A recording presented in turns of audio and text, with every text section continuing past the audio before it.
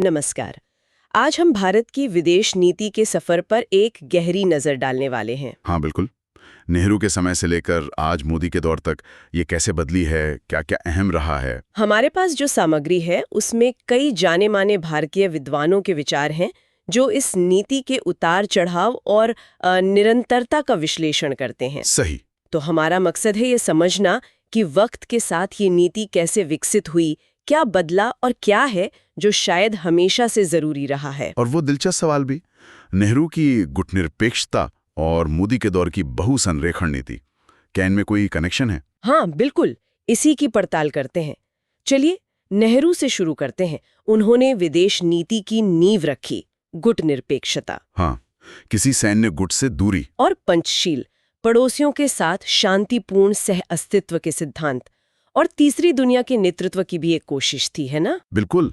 विद्वान केपी मिश्रा ने इसे नैतिकता और यथार्थवाद का मिश्रण कहा है।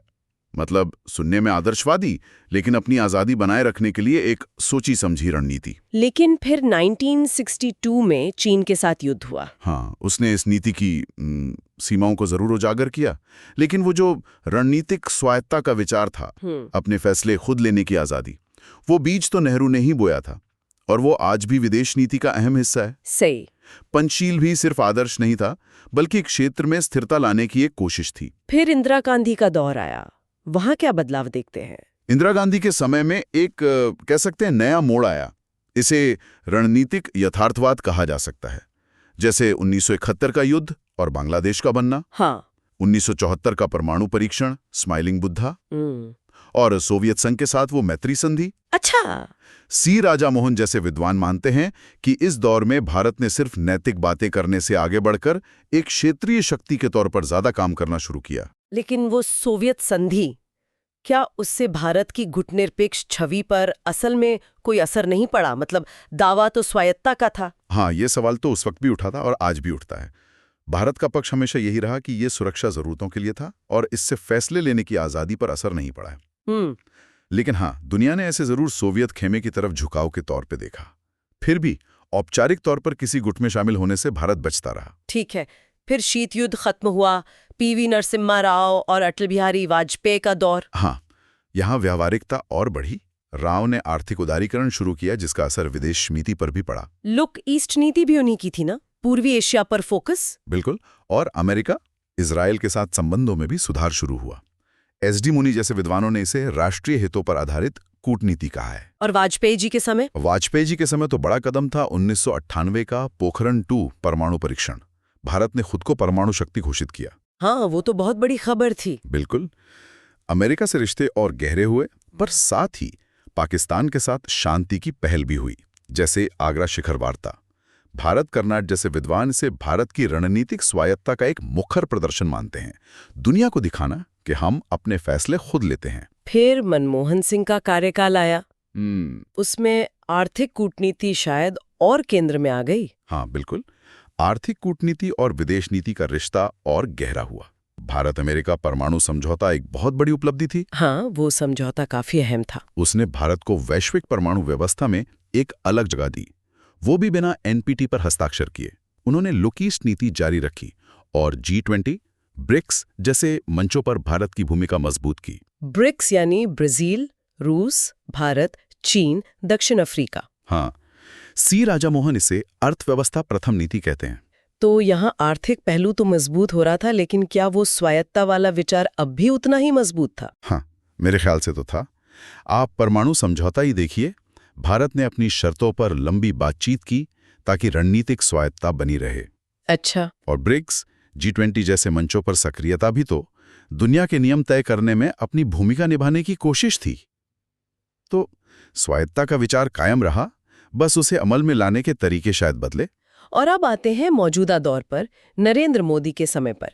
इनकी विदेश नीति की क्या पहचान है? देखिए, एक तो जबरदस्त व्यक्तिगत कूटनीति नजर आती है। हाँ, वो तो है। फिर एक्ट ईस्ट मतलब लुक ईस्ट का ज्यादा सक्रिय रूप, पड़ोसी पहले नीति, क्वाड का पुनरुद्धार। क्वाड यानी भारत, अमेरिका, जापान, ऑस्ट्रेलिया। हाँ, और एक ही समय में कई अलग अलग देशों जैसे अमेरिका, इजराइल, यूएई और रूस के साथ भी सक्रिय रिश्ते बनाए रखना। इस पर विद्वानों की क्या राय है? कुछ अलग-अलग विचार हैं शायद? हाँ, कुछ भिन्नताएं हैं। जैसे हर्ष वी पंत इसे रणनीतिक स्वायत्तता से रणनीतिक साझेदारी की ओर बदलाव देखते हैं। अच्छा। लेकिन एक और नजरिया है, जैसे रुद्र चौधरी का, वो इसे गुटनिरपेक्षता के बजाय बहुसंरेखण कहते हैं। बहुसंरेखण, मल्टी अलाइनमेंट, इसका क्या मतलब हुआ? इसका मतलब ये है कि भारत अब किसी एक गुट से नहीं बंधा है। वो अपनी शर्तों पर मुद्दे के हिसाब से कई बड़ी शक्तियों के साथ एक साथ काम कर सकता है। जैसे रूस से रिश्ते रखते हुए भी अमेरिका के साथ क्वाड में होना। बिल्कुल। ये शायद स्वायत्तता को छोड़ना नहीं, बल्कि उसे इस्तेमाल करने का एक नया, ज्यादा आत्मविश्वास भरा तरीका है। ये एक जटिल संतुलन है, जाहिर है। तो इतने सारे बदलाव हमने देखे, लेकिन क्या कुछ ऐसा है जो शुरू से अब तक लगातार बना रहा? हाँ, बिल्कुल। कुछ मूल बातें हैं जो हमेशा रहीं। सबसे अहम तो वही रणनीतिक स्वायत्तता। भारत आज भी औपचारिक सैन्य गठबंधनों से बचता है। दूसरा, बहुपक्षवाद।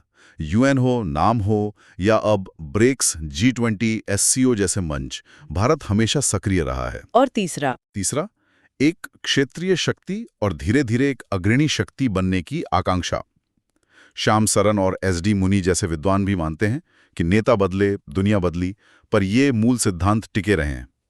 ये एक क्रमिक विकास है, कोई अचानक आई क्रांति नहीं। तो अगर संक्षेप में कहें तो दुनिया के गुटों से रिश्ता गुटनिरपेक्ष से बहुसंरेखित हो गया। हाँ, आर्थिक पहलू वक्त के साथ, खासकर 1991 के बाद बहुत अहम हो गया। सही। और सैन्य रणनीति जो पहले रक्षात्मक थी, वो ज्यादा मुखर हुई और अब रणनीतिक साझेदारियों की तरफ बढ़ रही है। बिल्कुल सही सारांश है।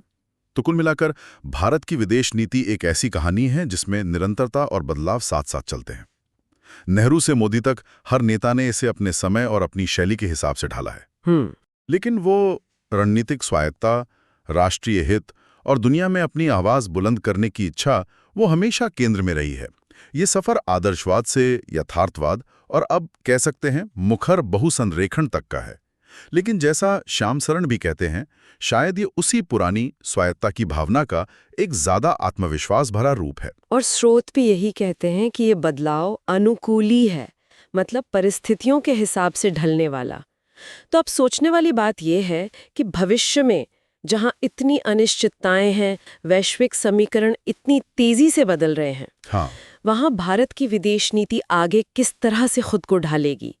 क्या ये बहुसंरेखण ही आखिरी पड़ाव है, या वैश्विक मंच पर भारत की भूमिका का कोई नया अध्याय लिखा जाना भी बाकी है? ये वाकई एक बड़ा और